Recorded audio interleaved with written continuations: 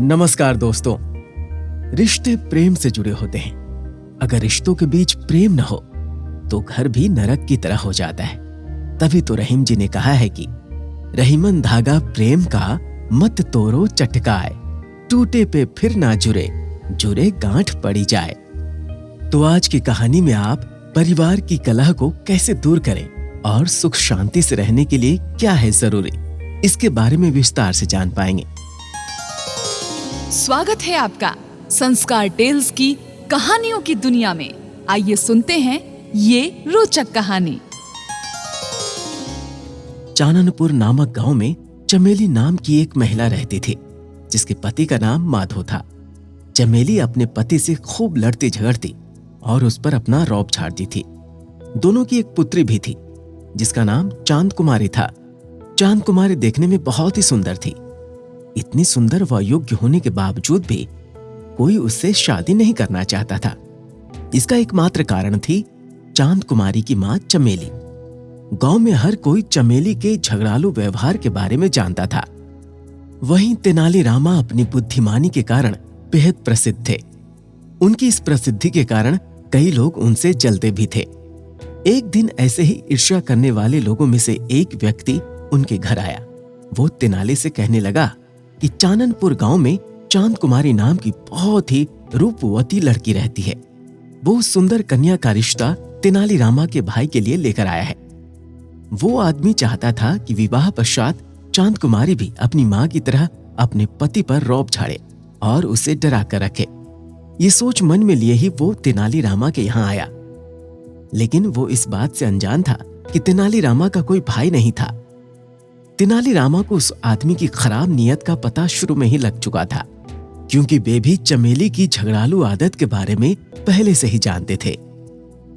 तेनाली रामा ठहरे अति बुद्धिमान। उन्होंने नाटक करते हुए लड़की के बारे में और जानकारी ली।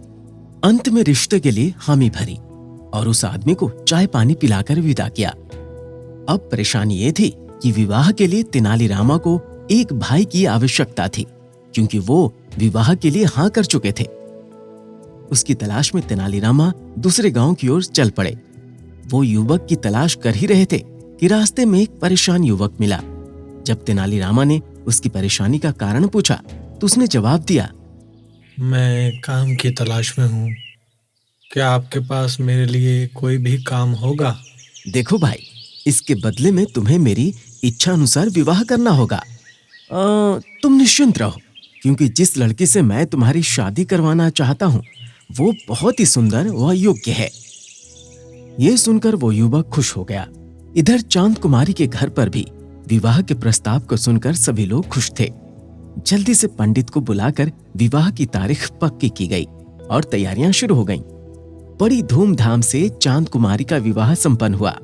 विदाई का समय आया तो चांद कुमारी की मां चमेली ने अपनी पुत्री के कान में कहा, देखो बेटी, मेरी ये वाली बात ना गांठ बांध लेना। तुम देखती हो ना, तुम्हारे पिता को रोज डरा धमका कर अपने नियंत्रण में रखती हूँ। अगर तुम भी शुरुआत से ही अपने पति पर रौब झाड़ोगी तो तुम्हारा भी पति तुम्हारे नियंत्रण में रहेगा। बस ये बात तुम गांठ बांध लेना। चांद कुमारी ने अपनी मां की बात को ध्यान से सुना और उनकी बात मान ली। धीरे धीरे समय बीता और चांद कुमारी को यह एहसास हुआ कि उसके पति व तेनाली रामा बहुत ही अड़ियल व रूखे स्वभाव के हैं, लेकिन फिर भी वो किसी न किसी बात पर हर रोज अपने पति से लड़ ही लेती थी। इधर कुछ दिन बाद चांद कुमारी की मां ने अपने पति माधो से कहा कि वो थोड़े दिन अपनी पुत्री के यहाँ हो आए। जब चांद कुमारी के पिता माधो तेनाली रामा के यहाँ आए तो तेनाली रामा ने उनका खूब आदर सत्कार किया। तेनाली रामा ने माधो को दूध, घी, बादाम आदि पौष्टिक भोजन खूब खिलाए और कुछ ही महीनों में उसे तगड़ा बना दिया। जब वो अपने घर चाननपुर लौटने लगा तो तेनाली रामा ने उसे अपने पास बुलाया और समझाया, देखो मित्र, मैं जानता हूं कितने वर्षों में तुमने बहुत कुछ सहा है। अगर तुम शुरुआत से ही अपनी पत्नी से डरने की बजाय उसकी बातों और गुस्से का उल्टा जवाब देते और उसे समझाते तो आज ये नौबत नहीं आती। इसलिए अब वक्त आ गया है कि तुम्हें हिम्मत दिखाकर अपनी पत्नी के गुस्सैल स्वभाव को ठीक करना होगा। अब तुम्हें खुद पता है कि तुम्हें क्या करना है। तुम्हें खुद ही अपनी मदद करनी होगी। माधो तेनालीरामा की बात समझ गया। उसने उन्हें शुक्रिया कहा और अपने घर की ओर रवाना हुआ। जब वो घर पहुंचा तो चमेली उसे देखकर बेहद खुश हुई। उसने अपने पति का खूब आदर सत्कार तो किया, लेकिन फिर वो उस पर रौब झाड़ने के बहाने ढूंढने लगी। ऐसा सोचते हुए वो जैसे ही अपने पति पर चिल्लाने के लिए आगे बढ़ी कि इतने में उसके पति ने उसे खरी खोटी सुनाना शुरू कर दिया। वो उस पर खूब गुस्सा करने लगा। उसकी बातें सुनकर सारे पड़ोसी वहां आ गए। सबने माधो को शांत करने की कोशिश की, लेकिन माधो का गुस्सा 7वें आसमान पर था। इतनी बातें सुनकर चमेली को सबक मिल चुका था। उसकी आंखें भर आई थीं। उसे पता चल गया था कि जब कोई किसी को बुरा बोलता है या उसका सम्मान नहीं करता तो कितना दुख होता है।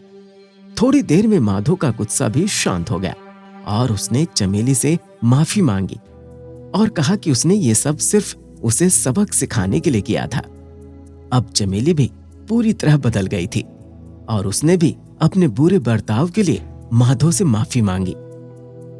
कुछ दिनों के बाद चमेली अपनी पुत्री चांद कुमारी से मिलने पहुंची और उसने अपनी बेटी को समझाया कि अपने पति की कही बातों को माने और उससे लड़ाई झगड़ा न करे। साथ ही उसने अपनी बेटी को यह भी कहा कि किसी भी रिश्ते में स्नेह और सम्मान होना बहुत जरूरी है।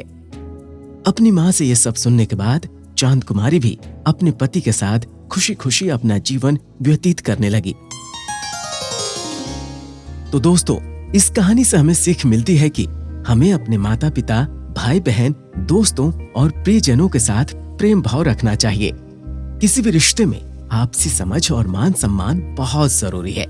इसी प्रकार की रोचक कहानियों को सुनने के लिए हमारे इस चैनल को लाइक, शेयर और सब्सक्राइब करें और हाँ, बेल आइकन जरूर दबाएं ताकि रोचक कहानियों का नोटिफिकेशन सबसे पहले आप तक पहुंचे। नमस्कार।